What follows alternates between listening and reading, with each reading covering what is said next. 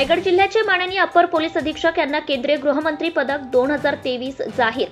अभिजित शिवथरे अपर police अधीक्षक रायगड म्हणून सध्या कार्यरत आहेत।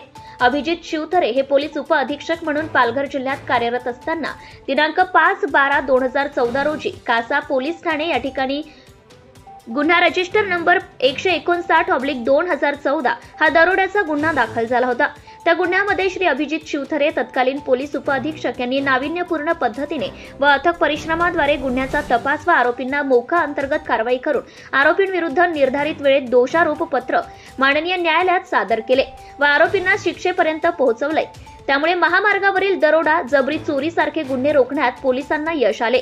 याबाबत अभिजित शिवथरे अपर पोलीस अधीक्षक रायगड यांच्या या असामान्य व सर्वोत्कृष्ट गुन्हे तपासाच्या कामगिरीबद्दल माननीय केंद्रीय गृहमंत्री पदक 2023 जाहीर होऊन त्यांना पोलीस मुख्यालयात अलिबाग रायगड येथे आज प्रजासत्ताक दिनाच्या दिवशी माननीय नामदार महिला व बालविकास मंत्री अदिती वरदा सुनील तटकरे यांच्या हस्ते गौरवण्यात आले।